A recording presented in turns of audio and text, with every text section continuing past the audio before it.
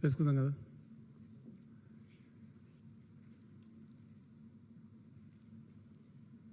ఈ కరోనా వ్యాధికి సంబంధించి మనం కూడా మే 31 వరకు 29 వరకు ఆల్రెడీ ఉంది.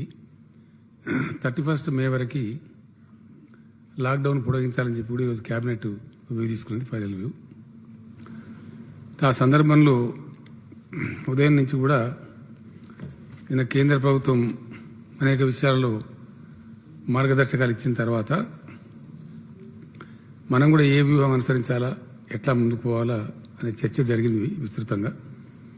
దానికి హెల్త్ మినిస్టర్ రాజేందర్ గారు, హెల్త్ సెక్రటరీ గారు, ఆ డిపార్ట్మెంట్ ఉన్నతాధికారులు ఒక వ్యూహం రూపొందించి ప్రస్తుతం ఉన్నటువంటి కరోనా వ్యాధి పరిస్థితి, అవలంబించాల్సిన వ్యూహం వాళ్ళు చెప్పిన తర్వాత కేబినెట్ సమగ్రంగా చర్చించి ఒక అవగాహనకు వచ్చి ఈ నిర్ణయం తీసుకోవడం జరిగింది. దానిలో రాష్ట్రంలో కంటైన్మెంట్ ఏరియాస్ తప్ప అన్ని జోన్లను కూడా గ్రీన్ జోన్లుగా రాష్ట్ర ప్రభుత్వం డిక్లేర్ చేస్తూ ఉంది. అంటే కంటైన్డ్ ఏరియా, దానిలో ఇప్పటికీ ఎఫెక్ట్ అయినటువంటి ఇల్లు, వ్యక్తులు లేదా అపార్ట్మెంట్స్, దాని పరిసరాలు, ఎంత ఏరియా కంటైన్ చేయాలనేది దానికి ఒక టెక్నికల్ సిస్టమ్ ఉంది. ఆ సిస్టమ్ ప్రకారం 1452 కుటుంబాలు ఈ కంటైన్మెంట్ ఏరియాలో ఉంటాయి. అంతకుమించి ఏ కుటుంబం కూడా ఎవరు కూడా ఉండరు. వీళ్ళకు మాత్రమే ఇది మాత్రం ఖచ్చితంగా హాట్స్పాట్ కింద, రెడ్ జోన్ కింద ఉంటుంది, కంటైన్డ్ ఏరియా కింద ఉంటుంది. ఇక్కడ దీని చుట్టూ బ్యారికేడింగ్ పెడతారు, పోలీస్ పహారా ఉంటుంది, ఎవరిని లోపలికి అనుమతించరు, లోపటి వాళ్ళని బయటికి అనుమతించరు. వీళ్ళకి అవసరం ఉన్న నిత్యావసర సరుకులు కానీ, మెడిసిన్స్ కానీ, వైద్య అవసరాలు కానీ అన్నీ కూడా వాళ్ళకు డోర్ డెలివరీ లాగా సమకూరుస్తుంది, ప్రభుత్వమే సమకూరుస్తుంది. కాబట్టి వాళ్ళు దయచేసి దీన్ని ఫాలో కావాలి. ఇది రాష్ట్రం భవిష్యత్తు, మన నగర భవిష్యత్తు, వాళ్ళ భవిష్యత్తు కూడా ఆలోచించి చేస్తున్న నిర్ణయం. కాబట్టి ఈ కంటైన్మెంట్ ఏరియాలో ఉండే ఈ కుటుంబాలు, పరిసరాలు ఉన్నవాళ్ళు దయచేసి సహకరించాలి. మనకు వేరే గత్యంతరం కూడా లేదు. అందువల్ల అందరి క్షేమాన్ని కాంక్షించి దీని గురించి సహకారం చేయాలి. రెండవది, ఇప్పుడు మనం రకరకాల పద్ధతులు ఇప్పటిదాకా అవలంబించినాం.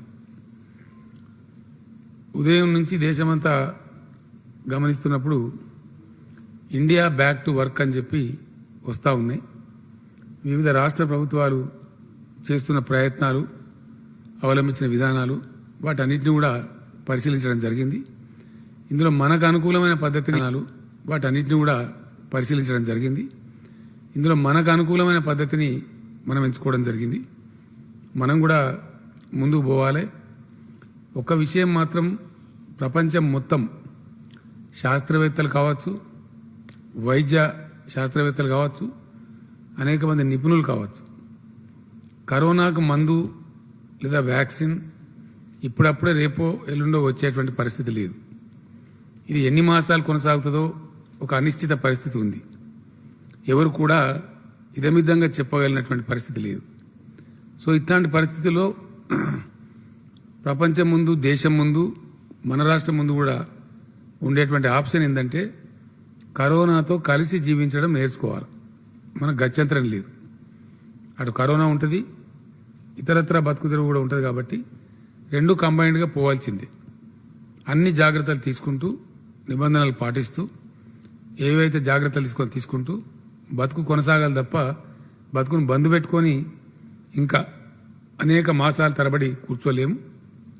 అప్పుడు కష్టమవుతుంది. కాబట్టి మనం కొన్ని నిర్ణయాలు తీసుకున్నాం.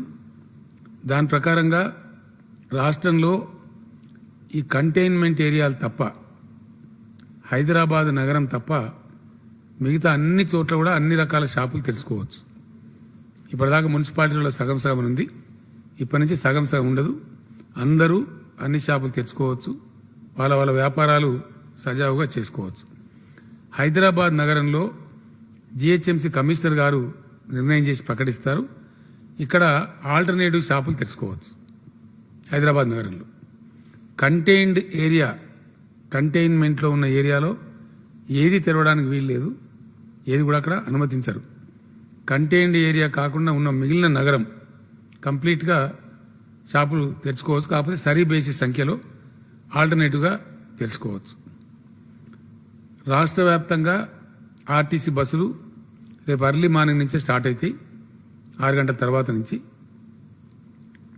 2 మాత్రం బ్యాన్ ఉంది. ఒకటి, ఎట్టి పరిస్థితులలో సిటీ బస్సులు అనుమతించడం లేదు, సిటీలో ప్రాబ్లం ఉంది కాబట్టి. అదేవిధంగా ఇంటర్ స్టేట్ సర్వీసెస్ కూడా అనుమతించడం లేదు.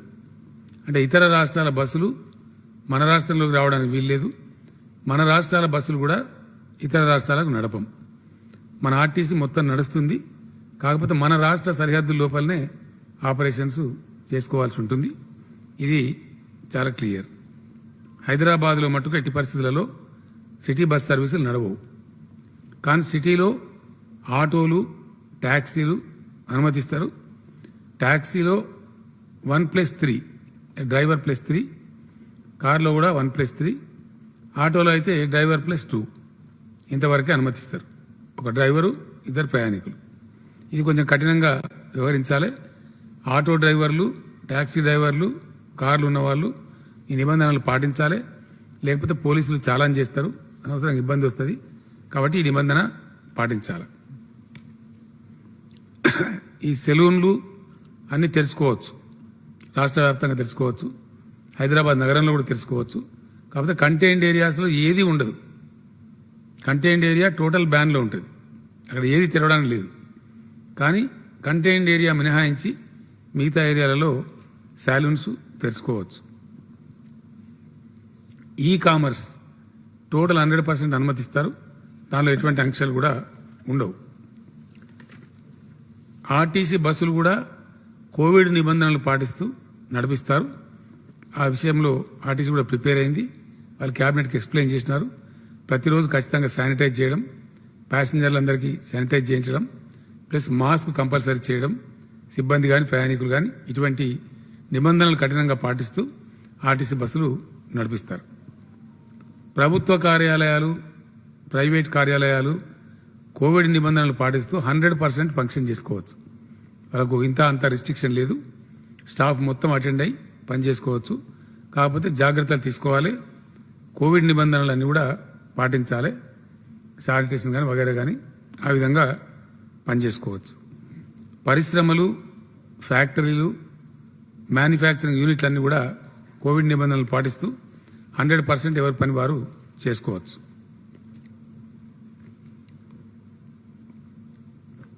ఇక కర్ఫ్యూ యథాతథంగా కొనసాగుతుంది, రాష్ట్రమంతా కూడా కొనసాగుతుంది.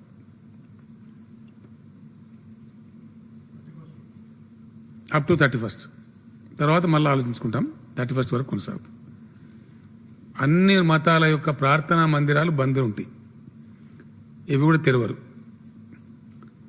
అన్ని మతాలకు సంబంధించిన మతపరమైన ఉత్సవాలు కూడా బందే ఉంటాయి, ఏది కూడా అనుమతి లేదు. అట్లానే function halls, malls, cinema halls అన్నీ కూడా బంద్ ఉంటాయి, దేన్ని అనుమతించరు. సభలు, ర్యాలీలు, సమావేశాలు ఇవి కూడా 100% బంద్, ఎవరిని కూడా అనుమతించరు. అన్ని రకాల విద్యా సంస్థలు కూడా బంద్ ఉంటాయి, ఏ రకమైన విద్యా సంస్థలు తెరవబడవు. అవి స్కూళ్ళు కానీ, కాలేజీలు కానీ, కోచింగ్ సెంటర్లు కానీ, no education institutions will be opened. తర్వాత బార్సు, పబ్స్, క్లబ్స్, ఈ స్పోర్ట్స్, స్విమ్మింగ్ పూల్స్, స్టేడియాలు, జిమ్లు, జిమ్నాస్టియమ్స్, పార్కులు, అమ్యూజ్మెంట్ పార్కులు ఇవన్నీ కూడా బంద్ ఉంటాయి, వాటిని తెరిచే ప్రసక్తి లేదు. అట్నే మెట్రో రైలు కూడా బందే ఉంటుంది, మెట్రో రైలు నడపడానికి ఆస్కారం లేదు. కర్ఫ్యూ మటుకు యథాతథంగా కొనసాగుతూ ఉంటుంది. అట్లనే ప్రతి ఒక్కరు దయచేసి ఏదో రకమైన కాటన్ కావచ్చు, ఇంకోటి కావచ్చు, మాస్క్ కంపల్సరీ ధరించాలి. కాళిదాస్ గారికి ఫైన్ వేయాలి. సో మాస్క్ అనేది ధరించాలి, లేకపోతే 1000 రూపాయలు ఫైన్ వేస్తారు.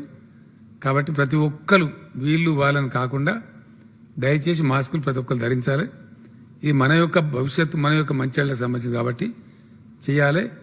భౌతిక దూరం కూడా పాటించాలి. మన కోసం కాబట్టి, మంది కోసం కాదు కాబట్టి ఎవరికి వారే నియంత్రణ చేసుకోవాలి. ఎవరో వచ్చి మమ్మల్ని ఆపాలి అని అనుకోకుండా ఉండాలి. వ్యక్తిగత శానిటైజేషన్ కూడా ప్రతి ఒక్కరు దయచేసి చేసుకోవాలి.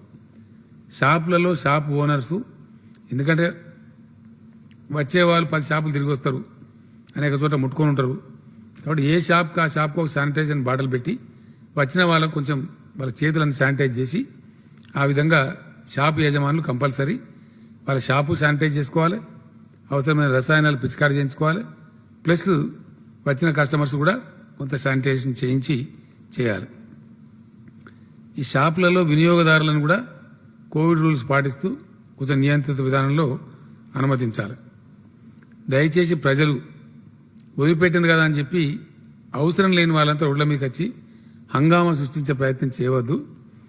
అవసరం ఉంటే తప్ప బయటికి రాకపోవడమే ఉత్తమం, మంచిది.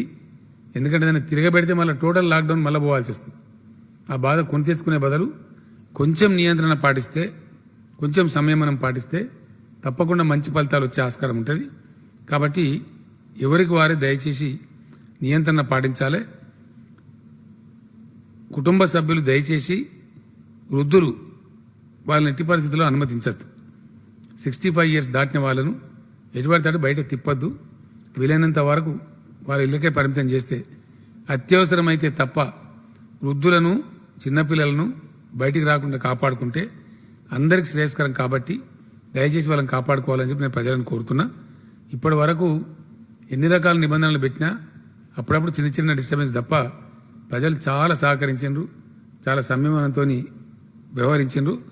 అందరికి కూడా నేను చేతులెత్తి దండం పెడతా ఉన్నా, వాళ్ళకు ధన్యవాదాలు తెలియజేస్తా ఉన్నా. మనం మంచి పద్ధతిలో ఉన్నాం, మంచిగా ముందు పోతున్నాం, బాగా కంట్రోల్ చేసుకున్నాం. మనకి ఇబ్బంది అంత ఎక్కువగా రాలేదు. ఇట్లే ఉంటే భవిష్యత్తులో కూడా ఇబ్బందులు తక్కువ ఉంటాయి. బహుశా నాకు తెలిసి షార్ట్ పీరియడ్లో మనం బయట కూడా పడవచ్చు. అందరం కూడా భగవంతుని ప్రార్థిద్దాం, స్వీయ నియంత్రణ పాటిద్దాం, కరోనా రాక్షసి బారిన పడకుండా కాపాడుకునే ప్రయత్నం చేసుకుందాం.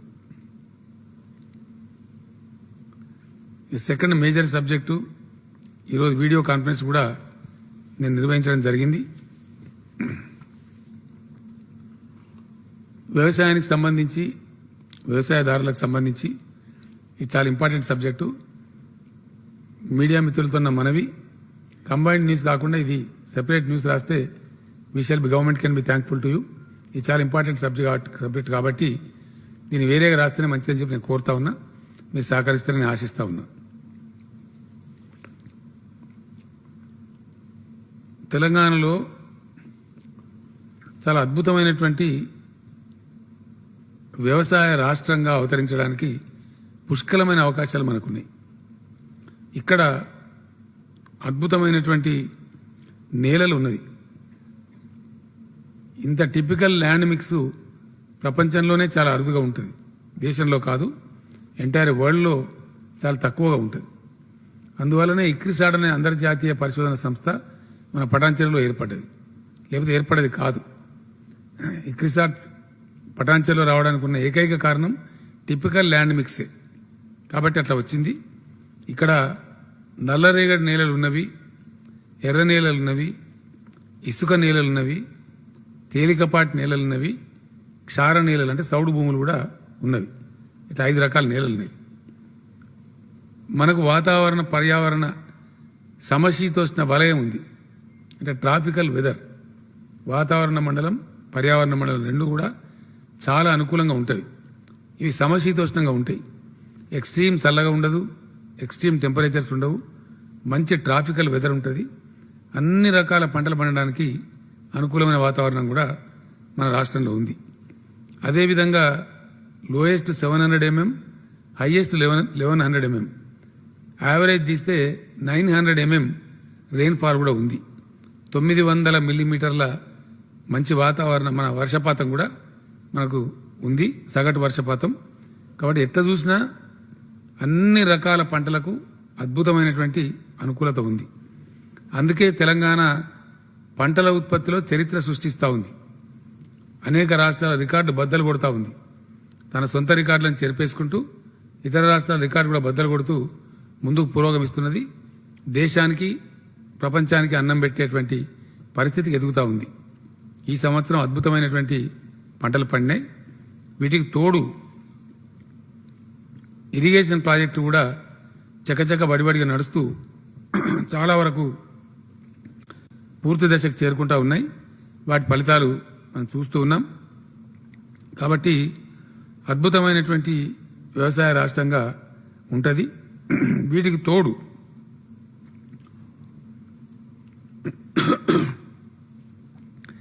ఈ వరదలు, తుఫాన్లు, బలమైన ఈదురుగాలులు, ఇటువంటి ప్రకృతి వైపరీత్యాలు కూడా తెలంగాణలో చాలా తక్కువ ఉంటాయి, చాలా తక్కువ ఉంటాయి. అందువల్ల వ్యవసాయానికి మంచి అనుకూలంగా ఉంటుంది.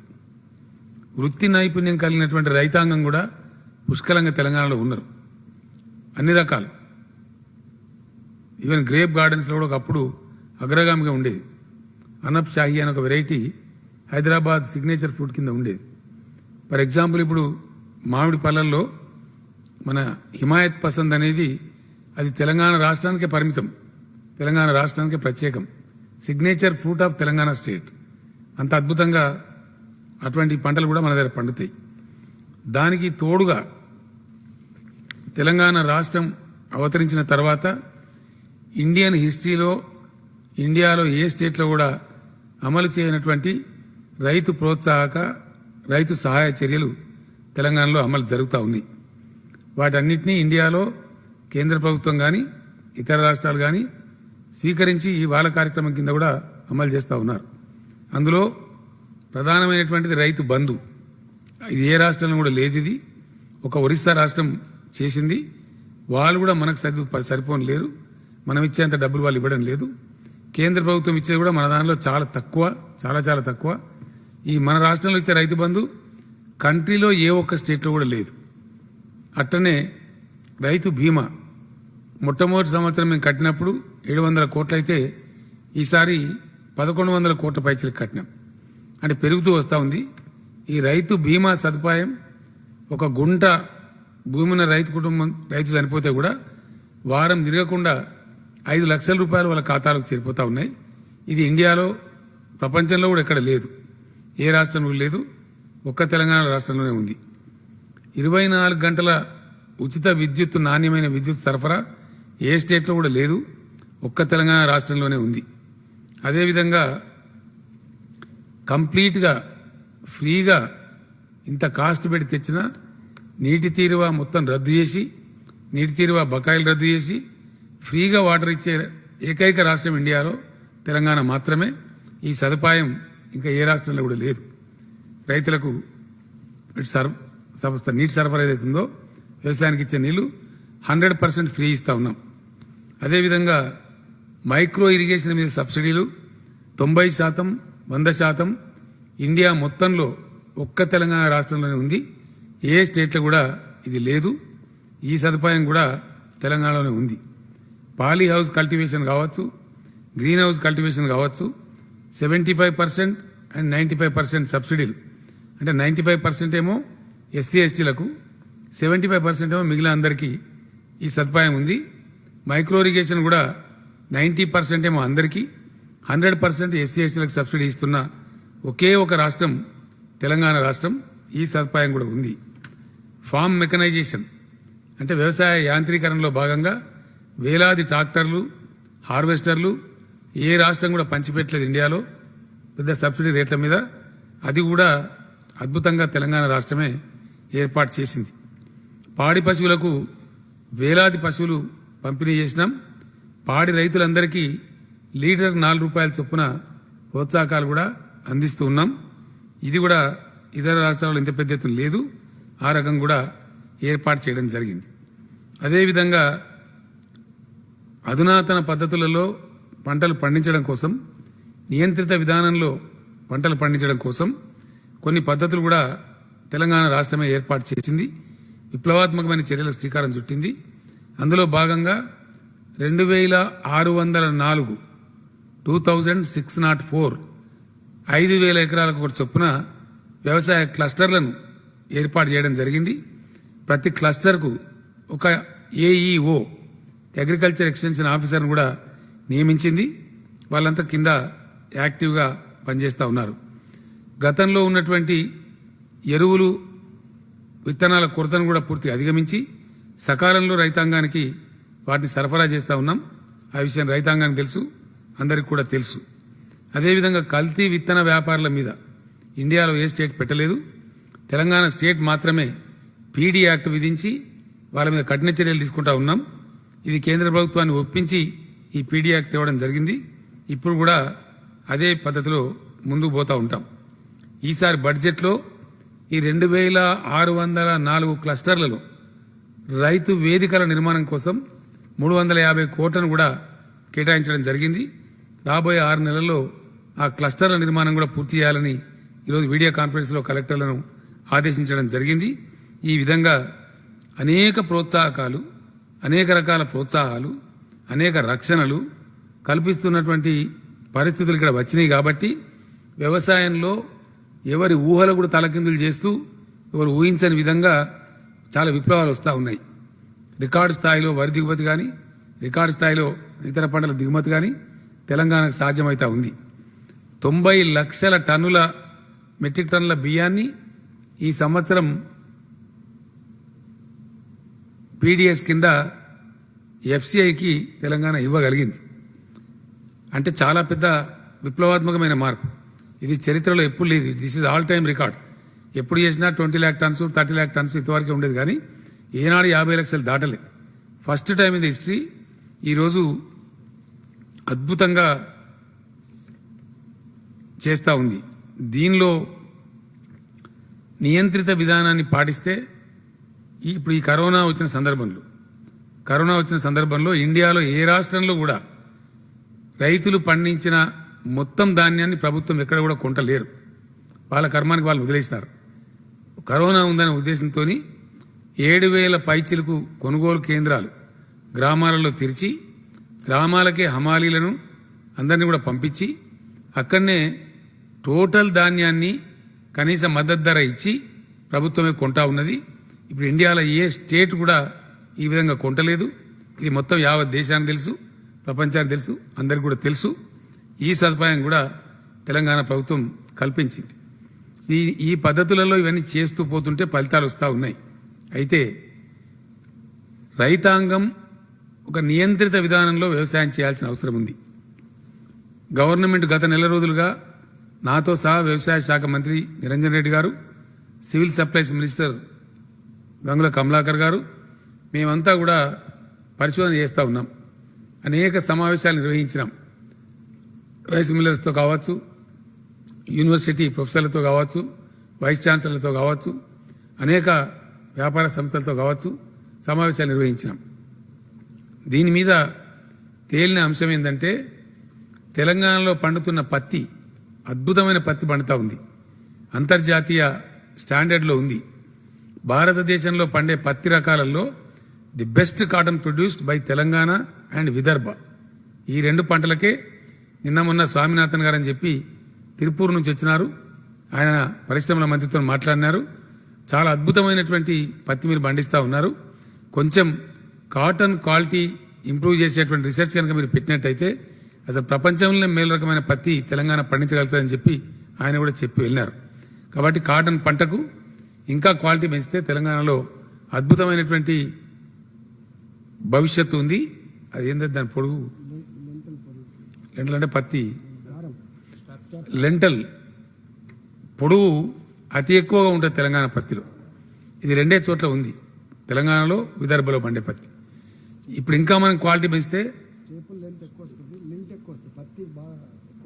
స్టేపుల్ లెంత్ ఎక్కువ వస్తుంది, దాని లింట్ కూడా ఎక్కువ వస్తుంది. కాబట్టి అందుకే దానికి అంత గొప్ప పేరు ఉంది. చేయాలి. అయితే ఈ సంవత్సరం ఏ పంటలు వేయాలా, ఎట్లా వేయాలా అనేది మేము ఈరోజు వీడియో కాన్ఫరెన్స్లో చెప్పినాం, ఆదేశాలు కూడా జారీ చేసినాం. నియంత్రిత పద్ధతిలో రైతులు సహకారం చేసి ముందుకు రావాలి. కారణం ఏంటంటే ఇష్టం వచ్చిన పంట వేసి అందరం ఒకే రకమైన పంట వేసి ఆగమాగమయ్యే బదులు మార్కెట్లో డిమాండ్ ఉండే సరుకులే పండించి మంచి ధరలు పొందాలి. ఇది తెలివి కలవాళ్ళు చేసే పని. రైతుల పక్షాన ప్రభుత్వమే ఈరోజు ముందడుగు వేసి రైతులకు సూచనలు ఇస్తుంది. కాబట్టి రైతులు ఖచ్చితంగా ఈ నిబంధనలు పాటించాలి. అయితే మొత్తం ఈసారి గత సంవత్సరం 1,23,00,000 ఎకరాలలో పంటలు వచ్చినాయి, రకరకాల పంటలు కలిపి 1,23,00,000 ఎకర్స్లో అంటే రెండు పంటలు కలిపి పంటలు వచ్చినాయి. ఈసారి కాళేశ్వరం నీళ్లు వగైరా వగైరా వచ్చినాయి కాబట్టి వర్షపాతం కూడా చాలా బాగా ఉంటుందని చెప్తున్నారు కాబట్టి ఇంకో 10 లక్షల ఎకరాల విస్తీర్ణం పెరుగుతుందని చెప్పి గవర్నమెంట్ భావిస్తున్నది. ఆల్మోస్ట్ 1,33,35 లక్షల వరకు వ్యవసాయం తీసుకుపోయే పరిస్థితి ఉంటుంది. కాబట్టి రైతులు దీన్ని ఫాలో కావాలి. ఈసారి ప్రభుత్వం అన్ని ఆలోచన చేసి నిర్ణయించిన ప్రకారం 70 లక్షల ఎకరాలలో పత్తి పంటను పండించాలి. 70 lakh ఎకర్స్. మనకు ఆల్రెడీ పోయిన సంవత్సరం 53 లక్షల ఎకరాలు పండించినారు. కాబట్టి ఇంకో 16-17 లక్షలు విస్తరించడం అనేది పెద్ద సమస్య కాదు, చాలా సులభంగా పోవచ్చు. పత్తి పెట్టే రైతులకు నేను ఒకటే మాట మనవి చేస్తా ఉన్నా. ఒకటి, మన రకం బాగుంది, మనకు డిమాండ్ ఉంది మన కాటన్కి. రెండవది, గతంలో వర్షాధార పత్తి ఎక్కువ వేసినాం. ఇప్పుడు నీళ్లు వచ్చినాయి కాబట్టి, గ్రౌండ్ వాటర్ పెరిగింది కాబట్టి మీరు ప్రాజెక్టు వాటర్ కింద పత్తి పంటలు వేయండి, బోర్ల కింద పత్తి పంటలు వేయండి. నీళ్లు పారిచ్చే పత్తి దిగుబడి ఎక్కువ వస్తుంది, 15 నుంచి 20 క్వింటాలు వస్తుంది. వచ్చినప్పుడు ఖర్చులు పోను, నికరంగా రైతుకు ఎకరానికి 50,000 మిగులుతుంది. కాబట్టి చాలా లాభసాటిగా ఉంటుంది. అందువల్ల అదే మీరు మొక్కజొన్న వేసినా వరిచేను వేసినా వానాకాలంలో మక్కలైనా సరే వడ్లైనా సరే 25-26 క్వింటాలకు మించి పండవు. ఖర్చులు పోను, చేతికి వచ్చేది ఒక 20,000 కన్నా మించి రాదు. ప్రభుత్వం చెప్తున్నది ఏంటంటే మీరు వరిచేను మొత్తమే వేయద్దని కాదు, ఏ రకాలు వేస్తే లాభమో ఆ రకాలకు నేను వివరిస్తాను. కాబట్టి పత్తి చేను పెంచుదాం, దానికి మీరు ముందుకు రావాలి, లాభం ఎక్కువ ఆర్జించాలి, మీరు ధనవంతులు కావాలని ప్రభుత్వం ఆశిస్తూ ఉంది. 70,000 ఎకరాలలో 70 లక్షల ఎకరాలలో పత్తి పంటలు వేద్దాం. వర్షాకాలంలో 40 లక్షల ఎకరాలలో వరి చేను వేద్దాం. పోయిన సంవత్సరం కూడా 40 లక్షల ఎకరాలలో వేసినాం. అట్లానే ఈ సంవత్సరం కూడా 40 లక్షల ఎకరాలలో వేద్దాం. ఏ రకాలు వేయాలనేది ప్రభుత్వం చెప్తుంది, ఆ రకాలు మాత్రమే వేయాలి. ఎందుకంటే మీకు ఈజీగా అమ్ముడు పోవాలి, డబ్బులు రావాలి, కనీసం మద్దతు ధర రావాలి. కాబట్టి ఆ రకాలు వేస్తే డిమాండ్ ఉన్న వాటిని మేము కనిపెట్టినాం. ఇప్పుడు శాస్త్రజ్ఞులు కానీ వ్యాపారస్తులు అందరూ కలిసి దాన్ని మీకు చెప్తారు, ఆ రకంగా జరగాలి. రెండవది, ఈ సరే తర్వాత చెప్తాను నేను. మళ్ళీ కందులు వర్షాకాలంలో మక్క పంట వేయద్దని మేము రైతులకు చెప్తా ఉన్నాం. మక్క పంట వేసే బదులు నువ్వు కంది పంట వేయి, పత్తి పంట వేయి. ఎందుకంటే మక్క 25 క్వింటాల కన్నా ఎక్కువ రాదు. అదే ఇది వేస్తే లాభం ఎక్కువ వస్తుంది. మక్క వేస్తే కొనేవాడు లేడు. ఎందుకంటే మన రాష్ట్రం మీద మనం నియంత్రణ పెట్టుకోగలుగుతాం, కానీ పక్క రాష్ట్రాల మీద మనకు నియంత్రణ లేదు. ఈరోజు ఏం జరుగుతూ ఉందంటే పక్క రాష్ట్రం నుంచి, ఛత్తీస్గఢ్ నుంచి కావచ్చు, బీహార్ నుంచి కావచ్చు, మహారాష్ట్ర నుంచి కావచ్చు, మేము 1,100కే ఇచ్చిపోతాం మక్కలని చెప్పి తిరుగుతూ ఉన్నారు. వాళ్ళు 1,000 రూపాయలకే ఇచ్చిపోతామని తిరుగుతూ ఉన్నారు. మరి మనకు 1,670 రూపాయలు రాదు, గిట్టుబాటు రాదు, 1,760 రూపాయలు రాదు. ఈసారి కరోనా ఉందని గవర్నమెంట్ కొన్నాం, కానీ ప్రతిసారి కొనలేము. ఎందుకంటే గవర్నమెంట్ వ్యాపార సంస్థ కాదు, ఎవ్రీ ఇయర్ కొన్నది ప్రభుత్వం. కష్టం ఉంది, ఇప్పుడు వ్యాధి బారిన ప్రజలు పడద్దని కొన్నాం, కానీ ఎవ్రీ టైం కొనం. కాబట్టి ఇబ్బంది అవుతుంది. మన రాష్ట్రంలో మక్కల వినియోగం 25 లక్షల టన్నుల వరకు ఉంది. మన పోల్ట్రీ ఫామ్ కావచ్చు, స్టార్చ్ ఫ్యాక్టరీలు కావచ్చు, కొంత ఫీడ్ కావచ్చు, 25 లక్షల టన్నుల మక్కలకు మన గిరాకీ ఉంది. వర్షాకాలంలో మక్క పంట పెట్టకూడదు, యాసంగిలో మక్క పంట పెడదాం. ఎందుకంటే యాసంగిలో పెడితే ఏంది, 35 నుంచి 40 క్వింటాలు పండుతుంది, పంట దిగుబడి ఎక్కువ వస్తుంది, రైతుకు లాభం ఎక్కువ వస్తుంది. కాబట్టి వర్షాకాలంలో పండించద్దు, యాసంగిలో కంపల్సరీ పండించాలి. ఎంత పండించాలని ప్రభుత్వం చెప్తుంది యాసంగి పంట వరకు. కాబట్టి యాసంగి పంటలో పండిద్దాం. దయచేసి మక్క పంట వర్షాకాలంలో వేయవద్దని మేము చెప్తా ఉన్నాం. దానికి బదులు కంది పంట వేయమని చెప్తా ఉన్నాం. కంది 15 లక్షల వరకు పోదాం. గతంలో 6-7 లక్షలు పండించినారు, ఇప్పుడు 15 లక్షల వరకు పోదాం. కందికి డిమాండ్ ఉంటుంది, పప్పు కూడా అమ్ముతుంది. కంది వేసే రైతులకు నేను హామీ ఇస్తా ఉన్నా, కంది పంట మొత్తం రాష్ట్ర ప్రభుత్వమే కొనుగోలు చేస్తుంది. మీకు 1 గంట కూడా లేట్ కాకుండా కంది పంట మీరు వేసినట్టయితే 15 లక్షల ఎకరాలలో టోటల్గా మీకు మద్దతు ధర ఇచ్చి రాష్ట్ర ప్రభుత్వమే కొనుగోలు చేస్తుంది కాబట్టి హ్యాపీగా మీరు కంది పంట వేసుకోవచ్చు. మళ్ళీ మనకు ప్రభుత్వానికి డబ్బులు తిరిగి వస్తాయి, నష్టం లేదు. కాబట్టి కంది పంట వేయమని చెప్పి నేను రైతాంగాన్ని కోరుతా ఉన్నా. అదేవిధంగా మనకు జనరల్గా అంటే ఇప్పుడు ఎంతవరకు వచ్చినా మనం 70 లక్షలు కాటన్, 40 లక్షలు వరి, 1,10,00,000, 15 లక్షలు కంది, 1,25,00,000 అయిపోయింది ఇక్కడికి. ఇవి పోను స్వతహాగా వేసే పంటలు కొన్ని ఉంటాయి మనకు. 2 లక్షల ఎకరాలలో కూరగాయలు పండిస్తారు, వాళ్ళకి ఇబ్బంది లేదు, వాళ్ళు పండించవచ్చు. నిజామాబాద్, నిర్మల్, జగిత్యాల జిల్లా ప్రాంతాలలో పసుపు పండిస్తారు మన రైతులు. కేసముద్రం, మహబాద్లో కూడా పండిస్తారు. వీళ్ళు 1,25,000 ఎకరాలు పత్తి పంట వేస్తారు, వాళ్ళు వేసుకోవచ్చు. వాళ్ళకు కూడా పసుపు వాళ్ళకు ఇబ్బంది లేదు. మన డోర్నకల్, మహబూబాబాద్, నర్సంపేట, కొన్ని ఇతర ప్రాంతాలలో ఎండుమిర్చి పంట బాగా పండిస్తారు, మంచి లాభసాటికి పండిస్తారు. వాళ్ళు కూడా 2.5 లక్షల ఎకరాలు మిర్చి పంట వేసుకోవచ్చు. వాళ్ళ గురించి ఎటువంటి అభ్యంతరం లేదు. సోయాబీన్స్ పంట కూడా మన ఆదిలాబాద్, నిజామాబాద్ జిల్లాలో కొంత వేస్తారు. అది దాదాపు 3-3.5 లక్షలు వేస్తారు. వాళ్ళు నిరభ్యంతరంగా వాళ్ళందరూ వేసుకోవచ్చు. ఇప్పటికే ఉన్నటువంటి కొన్ని మామిడి తోటలు, బత్తాయి తోటలు, పండ్ల తోటలని వాళ్ళు వాళ్ళ పొలాలు బాగా సాగు చేసుకోవచ్చు. వీళ్ళందరికీ కూడా రైతు బంధు నిరాఘాటంగా ఇస్తాం. కానీ వరి పంట ప్రభుత్వం చెప్పింది వేయకుండా వేరే వేస్తే వాళ్ళకి రైతు బంధు సదుపాయం రాదు. వాళ్ళ కోసమే చేస్తున్న నియంత్రణ ఇది. మేము వరి వేయొద్దని అంటలేం, కానీ ఎవరిష్టం వచ్చినట్టు వాళ్ళు వేస్తే ఏది మార్కెట్లో డిమాండ్ ఉందో ప్రభుత్వం గుర్తించి చెప్తుంది ఇప్పుడు. కాబట్టి దాన్ని వేస్తే మీకే లాభం జరుగుతుంది. హాట్ కేక్ లాగా మీ దినుసు అమ్ముడుపోతుంది. కాబట్టి దానిలో మీకు ఇబ్బంది ఏమి లేదు. అందువల్ల రైతు బంధు సదుపాయం పొందాలి. ప్రభుత్వం కోరుతున్నది, మేము ఇంతకుముందు మినిస్టర్లకు, కలెక్టర్లకు అందరికీ చెప్పినాం, మీరు నియంత్రిత పద్ధతిలో వ్యవసాయం చేయించి మీ జిల్లాలో ఒక్క రైతు కూడా రైతు బంధు పథకం పొందకుండా ఉండద్దు. ఇది కలెక్టర్ల మధ్య పోటీ. మీరు వాళ్ళకి చెప్పి సంజాయించి ఈ పంటలు వేయించండి, అందరికి కూడా రైతు బంధు ఇప్పించండి అని మేము చెప్తా ఉన్నాం. అదే ప్రకారం డబ్బు రిలీజ్ చేస్తా ఉన్నాం.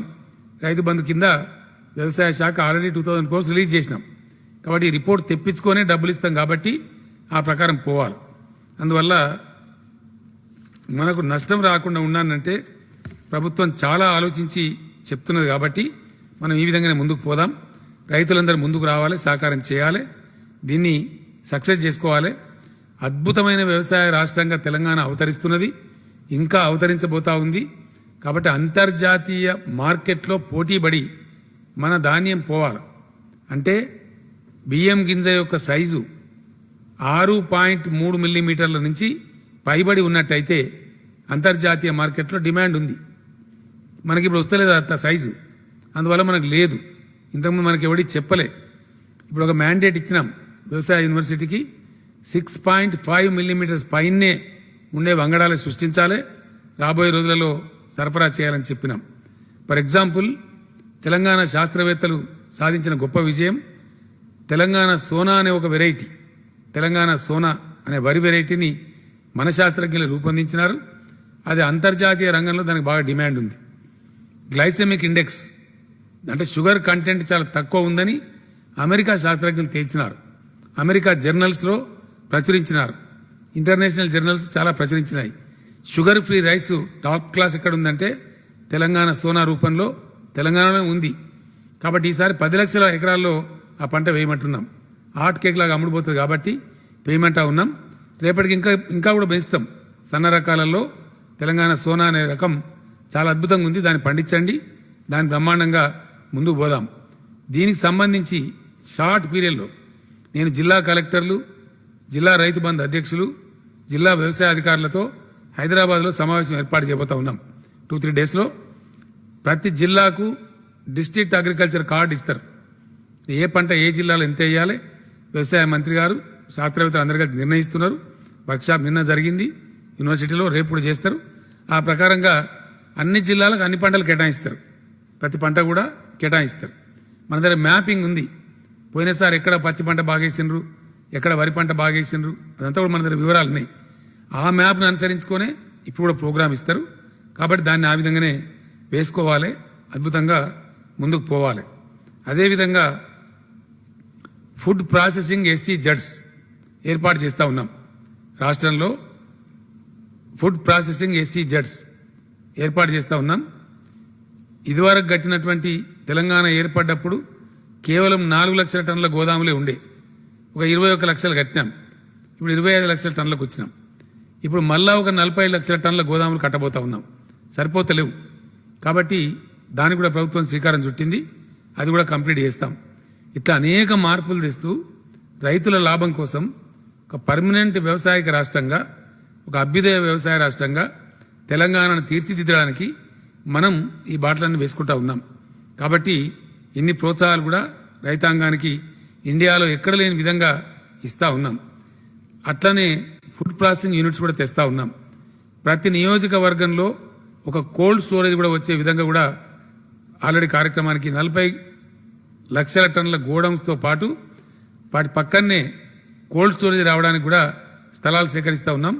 ఆ పని 90% పూర్తయింది. బ్రహ్మాండంగా ఒక అద్భుతమైన అవసరమైన కోల్డ్ చైన్తో పాటు చాలా బాగా మనం ముందు పోయే అవకాశం ఉంటుంది. కాబట్టి రైతు సోదరులందరూ ఇది ఫాలో చేయాలని మాట్లాడుతూ ఉన్నా. ఒక సామెత ఉన్నది, రైతులు ఎప్పుడు మాట్లాడతారు, అమ్మబోతే అడవి, కొనబోతే కొరివి. ఎందుకు ఉండాలి పరిస్థితి? ఇది మార్చాలి. రైతుల తలరాత రైతులే రాసుకోవాలి. ఎవడో వచ్చి మనకు సాయం చేయడు. ఇలా ప్రభుత్వం రైతు రాజ్యం నడుస్తూ ఉంది. తెలంగాణలో మిమ్మల్ని పైకి తేవాలని కంకణబద్ధమై ఉంది రాష్ట్ర ప్రభుత్వం. ఎట్ ఎనీ కాస్ట్ తెలంగాణ రైతులు అప్పులు లేకుండా కావాలి, సొంత పెట్టుబడి పెట్టుకునే శక్తి రావాలి, గొప్పగా ముందుకోవాలని చెప్పి కోరుతుంది. కాబట్టి మీరు ప్రభుత్వం సూచించేటువంటి పంటలను పండించాలి, లాభాలు పొందాలని చెప్పి రైతు సోదరులందరూ కూడా నేను కోరుతా ఉన్నా. రాబోయే 2-3 డేస్ తర్వాత ఏదో ఒక న్యూస్ ఛానల్లో కూడా రైతులతో ముఖాముఖి పెట్టుకొని కూడా నేను కూర్చుంటాను. కొన్ని గంటల తరబడి వాళ్ళకి చెప్తాను. అన్ని విషయాలు కూడా ఎక్స్ప్లెయిన్ చేస్తాను. మీరు కన్ఫ్యూజ్ కావాల్సిన అవసరం లేదు. రాష్ట్రంలో ఉండే శాసనసభ్యులతో సమావేశం పెట్టమని చెప్పి మంత్రివర్యులందరినీ కూడా నేను కోరడం జరిగింది. అన్ని జిల్లాల శాసనసభ్యుల సమావేశం వాళ్ళ జిల్లాలలో మంత్రులు కూడా నిర్వహిస్తారు. రైతు బంధు సమితిలన్నీ యాక్టివేట్ అవుతున్నాయి. కాబట్టి ఒక అద్భుతమైన వ్యవసాయక రాష్ట్రంగా తెలంగాణను తీర్చిదిద్దడానికి తెలంగాణ పంటలన్నీ కూడా హాట్ కేకుల్లాగా అమ్ముడుపోయి రైతులకు అద్భుతమైన ధరలు లభించేటువంటి గొప్ప పద్ధతి రావాలని శాస్త్రీయ దృక్పథంతో ముందుకు పోదామని చెప్పి నేను పిలిపిస్తా ఉన్నాను. దీన్ని అందిపుచ్చుకొని రైతాంగం చాలా చక్కగా ఫలితాలు సాధించాలని చెప్పి నేను ఆశిస్తా ఉన్నా. ఆ ప్రకారంగా ముందుకు పోవాలని చెప్పి కూడా కోరుతూ ఉన్నా. ఆ విధంగా ముందుకు పోదామని తెలియజేస్తూ థ్యాంక్ యూ సో మచ్.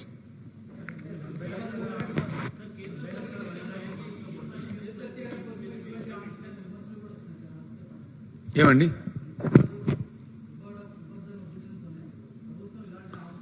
ఎవరో విధవలు మాట్లాడతారు, మేము పట్టించుకోమండి. పనికి మాలినోడు ఎవడో మాట్లాడితే మేము పట్టించుకోము. పట్టించుకోవాల్సిన అవసరం కూడా ఉందని మేము భావిస్తలేం.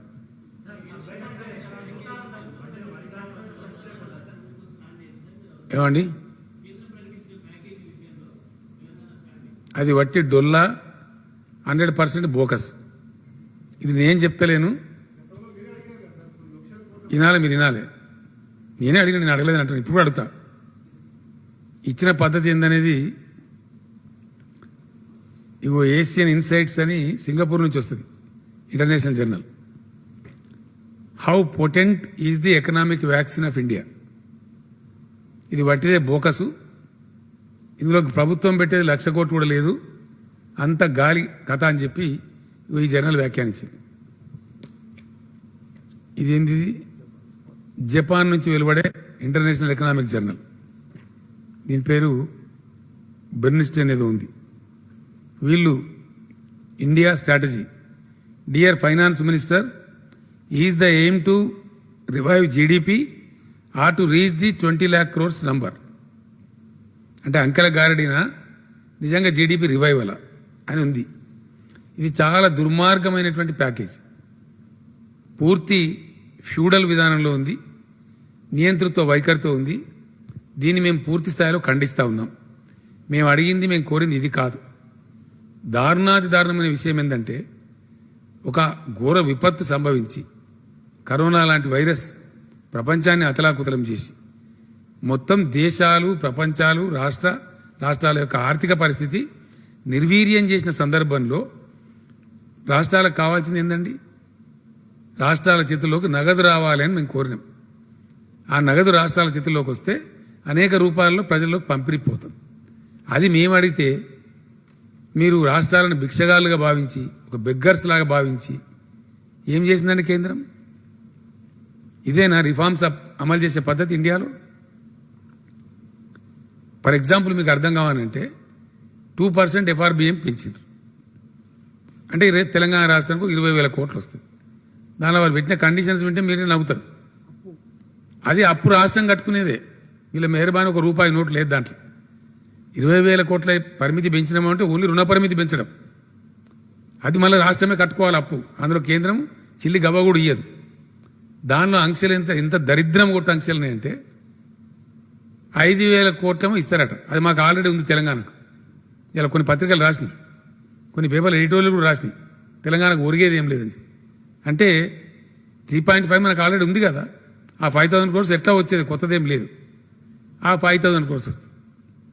మిగిలిన 2,500 కోట్లకు ఒక రిఫార్మ్ ఆంక్ష ఎవ్రీ 2,500 crores. కరెంట్ రిఫార్మ్ తెస్తే ప్రజల నెత్తి మీద మేడ మీద కత్తి పెడితే 2,500 కోట్లు ఇస్తారట. ఇదేనా ఈ ప్యాకేజా? What is this? ఈ ప్యాకేజ్ అనరు. Very sorry. ఇది ఒక ఫెడరల్ వ్యవస్థలో అవలంబించాల్సిన విధానం కాదు. కేంద్ర ప్రభుత్వం రాష్ట్రాల ఏడలు ఇట్లా వ్యవహరించచ్చునా? ఎంత దుర్మార్గం అండి ఈ విపత్కర పరిస్థితులలో. సో అట్లా ఇంకా పెట్టినారు. మార్కెట్ కమిటీలలో వాళ్ళు చెప్పిన కేంద్రం పెట్టిన రిఫార్మ్ చేస్తే ఇంకో 2,500 కోట్లు ఇస్తారట. మరి రాష్ట్ర ప్రభుత్వం ఎందుకు ఇడ? మున్సిపాలిటీలలో ట్యాక్సులు పెంచి ప్రజల మీద భారం వేస్తే ఇంకో 2,500 కోట్లు ఇస్తారట రిఫార్మ్స్. మున్సిపాలిటీల ఆదాయం వేస్తే ఇది ప్యాకేజ్ అంటారా? ఏమంటారు దీన్ని? ఏమనాలా? Is it a package? ప్రోత్సహించే విధానమేనా ఇది? ఇంకో దానికి ఇంకేదో పెట్టిండ్రు. One nation one ration card. సరే, అందులో మనం నంబర్ 1 ఈజ్ ఆఫ్ డూయింగ్ మేము ఎప్పుడో చేసినాం. We are champions. ఇందులో 4 3 సాటిఫై చేస్తే ఇంకో 5,000 కోట్లు ఇస్తారట. ఇదేం బేరం అండి? ఇదా దీని ప్యాకేజ్ అంటారా? ఇది పచ్చి మోసం, దగ, అంకెల గారడి, అంత గ్యాస్. కేంద్ర ప్రభుత్వం తన పరువును తానే తీసుకున్నది. ఇది రాబోయే రోజుల్లో తెలుస్తుంది కదా. ఆటోమేటిక్గా బయటపడితే ఆగుతుందా? ప్యాకేజ్ నిజం ప్యాకేజ్ అయితే ఎట్లుంటుంది, బోకస్ ఉంటే ఎట్లుంటుంది అని తెలుస్తుంది, ప్రజలకు తెలుస్తుంది. మా బాధ్యత కాబట్టి మేము చెప్పాలి కాబట్టి చెప్తున్నాం. As a state government I really feel very painful. I really feel sorry.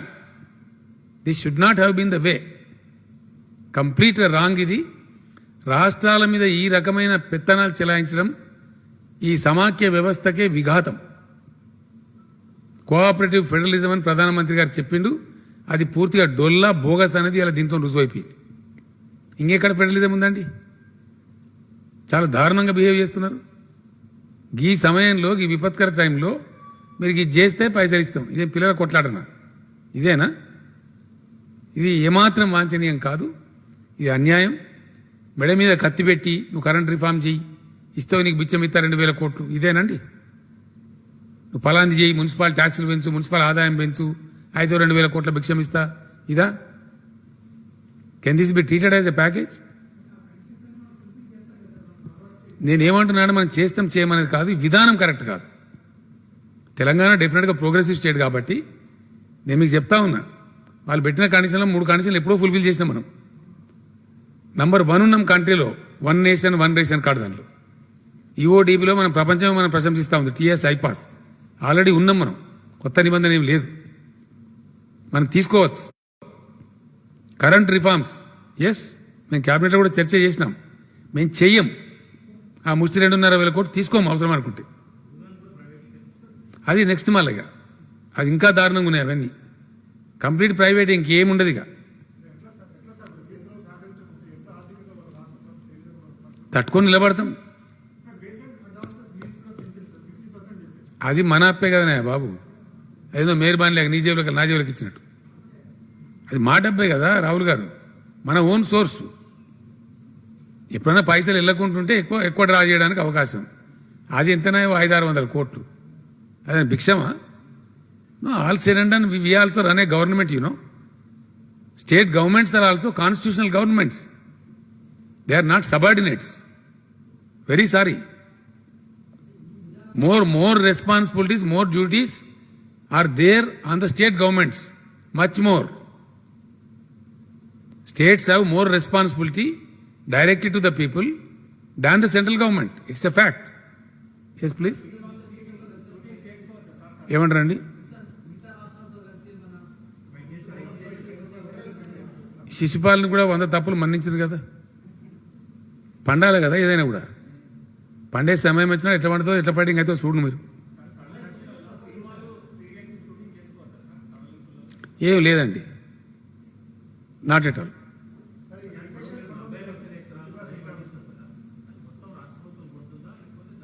ఒక్క గింజ కూడా రాష్ట్ర ప్రభుత్వం కొనదు. హాట్ కేక్ లాగా అమ్ముడుపోయేటట్టు చేస్తుంది.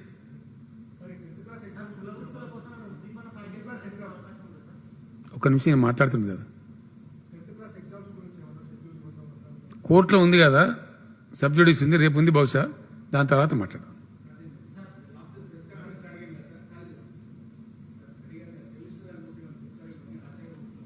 ఆశించుదాం, నేను కూడా ఆశిస్తున్నా.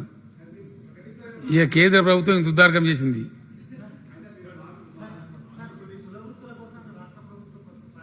చాలా చేస్తున్నాం కదా బ్రదర్, మేము ఆల్రెడీ చాలా చేస్తున్నాం. అటువంటి అత్యవసరమైన పరిస్థితి ఎక్కడ సంభవిస్తే తప్పకుండా ఆదుకుందాం.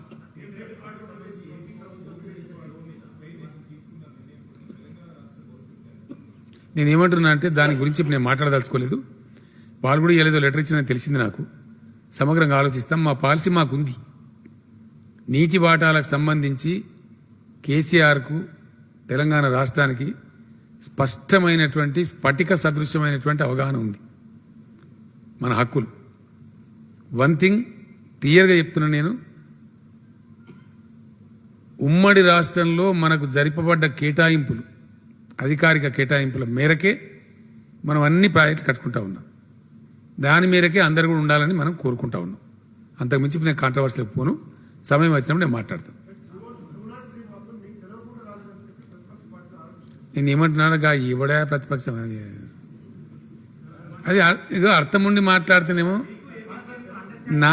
నాకు అర్థం కాదు. తమాషా నీళ్ళ గురించి, కేసీఆర్ గురించి మాట్లాడతారు, మంత్రులు ఉండాలా? అయ్యే పరువు తీసుకుని ఎందుకని నాకు అర్థంగా పనికి మాలి అని మాట్లాడేవాళ్ళు. నాదాన్ దుష్మన్లా నేను పదే చెప్తున్నా కదా. వాళ్ళు మాట్లాడితే నాకు మైలేజ్ రాదా? పోతిరెడ్డి పాడు మీద అరివీర భయంకరంగా కొట్టినాడు ఎవడా? ఆనాడు చెంచాగిరి చేసిన ఆంధ్ర ముఖ్యమంత్రులు సంచులు మోసినాడు ఎవడా? మళ్ళీ నోరు తెరిస్తే బాగుండదు. ఇక వీళ్ళు మాట్లాడితే ఎట్లుంటుందండి? బాగుండదు కదా. వాళ్ళకి అంశాలు ఎత్తుకోవడం తెలుస్తలేదు పాపం. అది విషయం నాకు అధికారికంగా వచ్చిన 5 నిమిషాలు కదా. మీటింగ్ ఏర్పాటు చేసి ప్రొటెస్ట్ చేసినాం, పంపించినాం కదా. వీఆర్ ఫైటింగ్ కదా. దాన్ని మాట్లాడితే ఇంగితం ఉండాలా?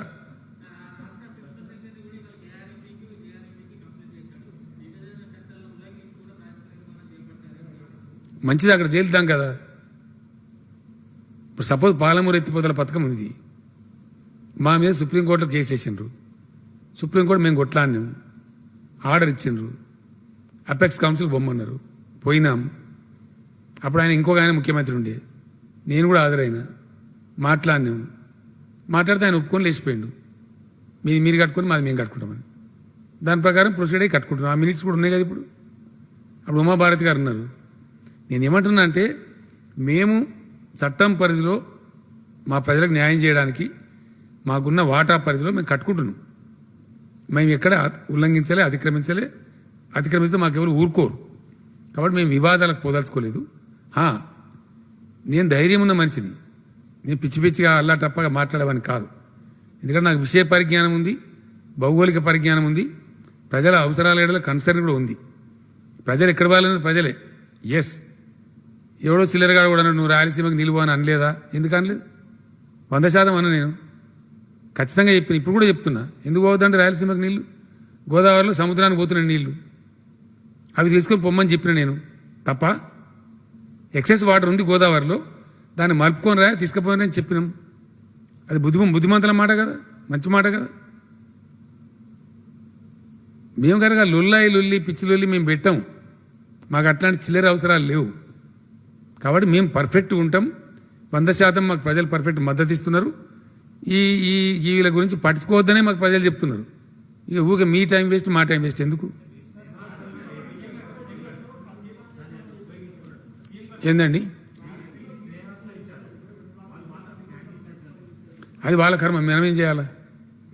నేను మీకు యాద ఉంటుంది, మీరే రాసిన పేపర్లలో ఆ రాష్ట్రం అంతా పిలిచి భోజనం పెట్టి కూర్చోబెట్టి, బేసిన్లు లేవు, బేసేజాలు లేవు, బ్రహ్మాండంగా నీళ్ళు వాడుకోండి, మేము వాడుకుంటాం, మీరు వాడుకోండి, ఇరు రాష్ట్రాలకు సరిపోను ఇంకో 1000 టీఎంసీలు ఎక్కువ ఉన్నాయి, పిచ్చి కొట్లాటలు బంద్ చేయండి అని చెప్పినండి. అట్లనే అంతకుముందు చంద్రబాబు నాయుడు ముఖ్యమంత్రి ఉన్నప్పుడు మాట్లాడితే బస్తీ మీద సవాల్. ఏం సాధించారు? 1 టీఎంసీ సాధించారా కృష్ణాల? పచ్చ జెండాలు వచ్చి కర్ణాటక బార్డర్ మీద పోవడం, మాట్లాడితే బస్తీ మీద సవాళ్ళని తొడగొట్టి సుప్రీంకోర్టు పోవడం ఏమైనా తెచ్చిందా? చంద్రబాబు నాయుడు బాబ్లీ పంచాయతీ, బోగస్ పంచాయతీ ఏమైనా నచ్చిందా? ఇలా మేము తెచ్చినాం. సామరస్యపూర్వకంగా మహారాష్ట్రకు పోయి బ్రహ్మాండంగా అక్కడ కన్విన్స్ చేసి వాళ్ళకి అర్థం చేయించి ఒక 30-40 ట్రిప్పులు అధికారులు తిరిగి, నేను స్వయంగా ఆనాటి మహారాష్ట్ర ముఖ్యమంత్రి ఏజ్లో నాకన్నా చిన్నవాడైనా 7 టైమ్స్ పోయినా నేను మహారాష్ట్ర పోయి సాధించుకొని వచ్చి ఇలా కాళేశ్వరం నుంచి బాజాప్తా 100 టీఎంసీల నీళ్ళు తీసుకుంటున్నాం. ఇట్లా చేసుకోమని చెప్పినాం. ఇలా ఏ రాష్ట్రానికి అబ్జెక్షన్ లేదు. బ్రహ్మాండంగా తెచ్చుకుంటున్నాం నీళ్ళు, ఇప్పుడు పంటలు పండించుకుంటున్నాం. ఈ పద్ధతి చేయండి అని చెప్పినాం. అది చెప్తే అది కాదు మేము వేరే అంటే అది తేడా వస్తుంది. నేనేమంటున్నా అంటే వాళ్ళ ప్రపోజల్ వాళ్ళు ఏం చేసుకుంటారో అది వాళ్ళ ఇష్టం, మాకు అధికారం లేదు. రాయలసీమకు నీళ్ళు అవసరం అన్నప్పుడు గోదావరిని తీసుకుపోండి, మీరు కడుపు నిండా తీసుకోండి, మాకు అబ్జెక్షన్ లేదని చెప్పినాం. మేము తీసుకుంటాం, మీరు కూడా తీసుకోండి అని చెప్పినాం. అక్కడ సబ్జెక్ట్ చాలా సింపుల్ విషయం. అది కాదు మేము వేరే రకంగా తీసుకున్నామంటే మన రాష్ట్రానికి భంగం వస్తే ఒక్క క్షణం కూడా దానికి క్షమించాం. క్వశ్చన్ లేదు. తెలంగాణ రాష్ట్ర ప్రజల ప్రయోజనాల మీద రాజీ పడే ప్రసక్తే లేదు. ఎవ్వరు మిగులు జలాలు వాడుకోవాలన్నా ఉన్న నీళ్లు గోదావరిలో ఉన్నాయి. గోదావరి నీళ్ళు ఎవరు వాడుకున్నా మాకు అబ్జెక్షన్ లేదు. 2 రాష్ట్రాల్లో ఎక్కడ తీసుకుపోయినా మాకు అబ్జెక్షన్ లేదు. అందుకే చాలా గొప్ప హృదయంతో నేను చెప్పిన స్పష్టంగా, మేము బేసిన్లు పెట్టాం, బేషజాలు పెట్టాం, అడ్డం పెట్టాం, చిల్లర పంచాయతీతో సాధించే తక్కువ, ప్రేమాస్పదంగా మంచిగా చేసుకుందామని చెప్పినాం. మేము దానికి ఇప్పుడు కూడా మేము కట్టుబడి ఉన్నాం. మాకు 2 నాలుకలు లేవు. ఏందండి అది ఎట్లా నమ్ముతారండి? కష్టమవుతుంది కదా. అందుకే మేము కంప్లైంట్ ఇచ్చినాము. మరి అది వాళ్ళు ఇవ్వాల్సిన చోట ఆ కంప్లైంట్ ఇవ్వాలి కదా అఫీషియల్గా. తర్వాత సంగతి కదా, మాకు అనుమానం కలిగించే పద్ధతిలో, మాకు దెబ్బ కొడుతున్న పద్ధతిలో ఉంటే తప్పకుండా ప్రొటెస్ట్ చేస్తాం కదా.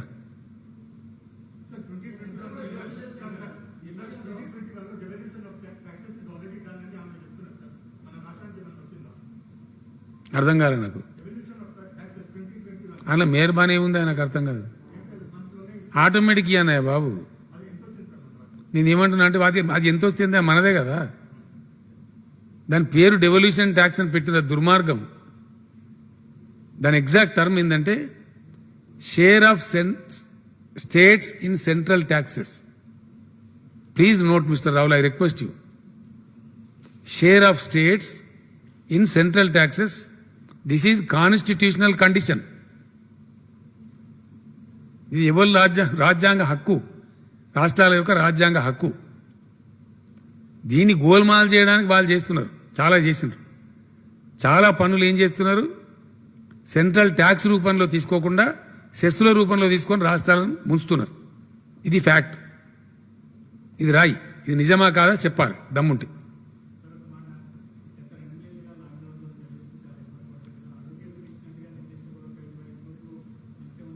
నేను ఏమంటున్నా అంటే మాట్లాడదాం, నాకు అల్లనారాయణ గారు కూడా మాట్లాడినారు. దాని పాసిబిలిటీ ఏంది, ఎంతవరకు పోగలుగుతాం ఆలోచన చేద్దాం.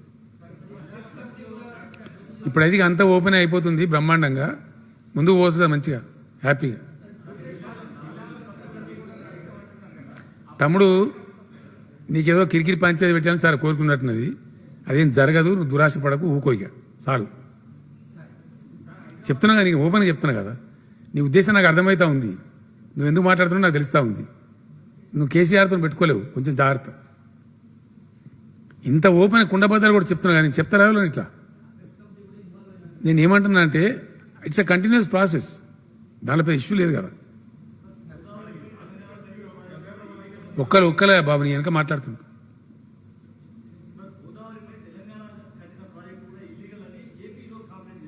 చాలా సంతోషం కదా, మేము వద్దంటున్నామా? గోదావరి మీద నాకు ఇంకో కమిటీ వేసిన నేను ఈ మధ్యనే, ఎక్స్పర్ట్స్ కమిటీ.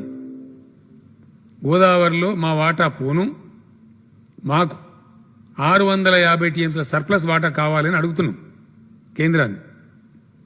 ఎస్ ప్లీజ్ రాయాలి మీరు. ఎందుకోసం మాట్లాడితే కావేరి గోదావరి కావేరి అని మాట్లాడుతున్నారు. ఇక మన అవసరాలు తీరితే కదా పూర్తి స్థాయిలో. ఇలా మాకు తాగునీటికైనా సాగునీటికైనా పరిశ్రమల నీళ్ళకైనా మరో దానికైనా గోదావరి తప్ప ఇంకో దిక్కు లేదు. కాబట్టి మేము గోదావరి బేసిన్లో ఉన్నాం. దాదాపు 500 కిలోమీటర్ల పైచీలు గోదావరి తెలంగాణలో ప్రవహిస్తుంది. మా బేసిన్ క్యాచ్మెంట్ అంతా దానిలో ఉంది. కాబట్టి మాకు హక్కు ఉంది. మాకు మా వాటా 950 టీఎంసీలు కాకుండా మరొక 650 టీఎంసీలు సర్ప్లస్ నీళ్ళు మాకు కేటాయించమని మేము కోరుతున్నాం. ఎప్పుడో కోరినాం, మళ్ళీ ఇప్పుడు కమిటీ చేసి మళ్ళీ అడుగుతున్నాం. This is what is my state as a Telangana state.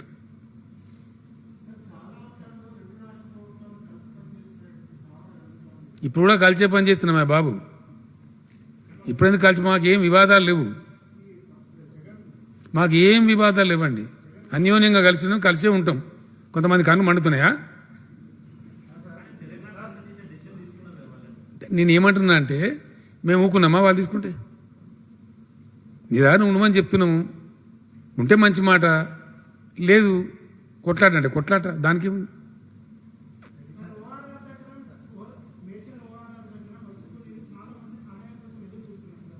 ఇప్పుడు అయిపోయింది కానీ ఎవరి కోసం చూసే అవసరం లేదు. మంచిగా బస్సులని కుళ్ళని ఎక్కడ పోయి అక్కడ పోవచ్చు, ఏమన్నా నాలుగు పెద్ద చాలా మంది వస్తూనే ఉన్నారు. ఇప్పుడు ఏముందండి దానిలో పెద్ద ముసుగులో గుద్దులాట లేదు. దేశమంతా అన్ని రాష్ట్రాలు ఇప్పుడు ఓపెన్ అప్ చేసినాయి. కొన్ని సిచ్యువేషన్స్ రాష్ట్ర ప్రభుత్వాలు కంట్రోల్ చేస్తాయి. ఎట్లా అంటే సపోజ్ మహారాష్ట్ర ఉంది, హెవీగా ఉంది అక్కడ కరోనా, మేము బస్సులు నడపలేము, వాళ్ళని రాణిస్తలేము. ఏపీలో కూడా పక్కన హెవీగా ఉంది, బస్సులు పంపుతలేము, బస్సులు రానివ్వం. డెఫినెట్లీ మన జాగ్రత్తలు మనం తీసుకుంటాం కదా. అందువల్ల అందుకే ఇంటర్ స్టేట్ బస్సెస్ నో. కేంద్రం ఇచ్చింది వెసులుబాటు, బట్ మేము నడపలేము. మేము పంపదలుచుకోలేదు, రానివ్వదలుచుకోలేదు. కేంద్రం ఇచ్చిన దానిలో స్పష్టంగా ఉంది, 2 రాష్ట్రాల సమ్మతి ఉంటే అంతర్రాష్ట్ర బస్సులు నడుపుకోవచ్చు. We're not giving consent, we're not sending, we're not allowing.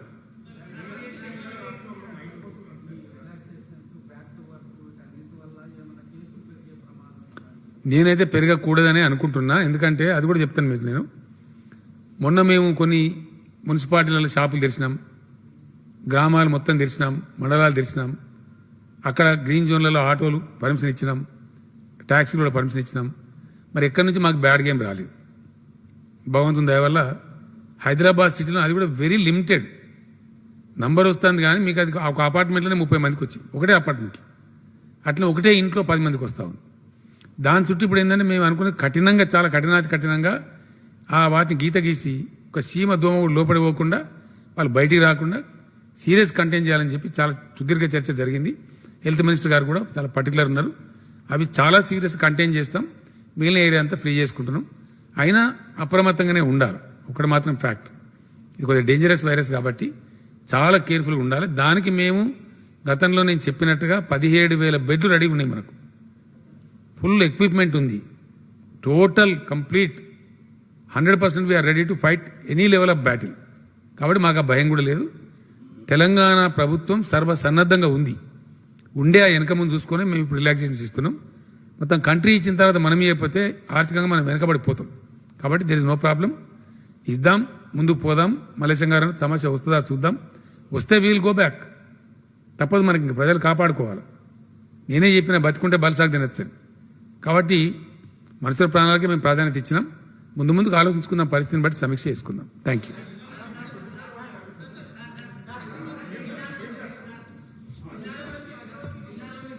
జిల్లాల నుంచి హైదరాబాద్ బస్సులు వస్తాయి. కూర్చోవాలి. వినాలి క్లారిటీ వస్తే మీరు మంచి క్వశ్చన్ అడిగినారు. జిల్లాల నుంచి హైదరాబాద్కు బస్సులు వస్తాయి. ఇమ్లీ బనుకు రానియరు, జూబ్లీ బస్ స్టాండ్కు రానిస్తారు. దిల్సుఖ్ నగర్ సైడ్ రానియరు, వేరే సైడ్ రానిస్తారు. ఎటైతే ప్రాబ్లం ఉందో సింపుల్ ఇష్యూ ఏముంది బ్రదర్, దాన్ని ప్రాబ్లం ఇప్పుడు సికింద్రాబాద్ సైడ్ మనకు ప్రాబ్లం లేదు, జూబ్లీ సైడ్ లేదు, బస్సులన్నీ జూబ్లీకి రమ్మంటారు. అక్కడ నుంచి ఆటోను ట్యాక్సీ ఉంటుంది కాబట్టి అవసరం ఉన్న వాళ్ళు వాడుకోవచ్చు. ఇక ఎల్బీనగర్ సైడ్ అడిగిన మా మినిస్టర్లు కూడా అడిగింది, మేము ఆలోచన చేయలేదు, సాధ్యం కాదు బాగుండదని చెప్పి. బస్సులు పోయే విషయంలో కర్ఫ్యూ ఉంటుంది కదా, బస్సులు పోయే విషయంలో మ్యాక్సిమం బస్సులు 7 గంటల లోపలనే విత్డ్రా కావాలి, అక్కడ టెర్మినేట్ చేసుకోవాలి. ఏదైనా కొన్ని బస్సులు కొన్ని దూర ప్రాంతం కావచ్చు, మరొకటి కావచ్చు, ప్రత్యేకమైన అవసరం ఉంటే వాళ్ళు టికెట్లు కలిగి ఉంటారు కాబట్టి కొంచెం ఎగ్జామ్షన్ తీసుకోవాలి. సపోజ్ 7 o'clock బంద్ కావాలి, దానికి బజా 8 అవుతుంది అనుకో, మరీ ఎక్కువ కాదు, 1 గంట ఎక్కువ అవుతుంటే కూడా దాన్ని ప్రత్యేకంగా అనుమతిస్తారు. అది ప్రత్యేకమైన పరిస్థితి ఉంటే. కానీ 99% 7 వరకే క్లోజ్ చేసుకుంటే అందరికి క్షేమకరం. Thank you. ఏందా ఇక అపోహ నువ్వే అంటున్నావు కదా, అంతకే ఉండని. నువ్వే అన్నావు కానీ అపోహ అని అంతకే ఉండని కదా.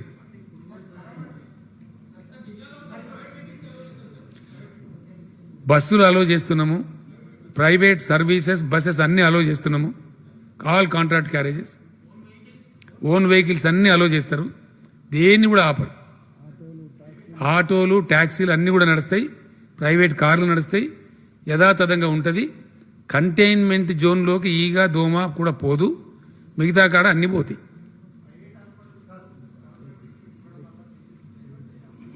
మనం ఏం చేద్దాం దానికి, వాళ్ళ గుబలాటం ఎక్కువ చేయనియరా, అది ఏం పోతుంది.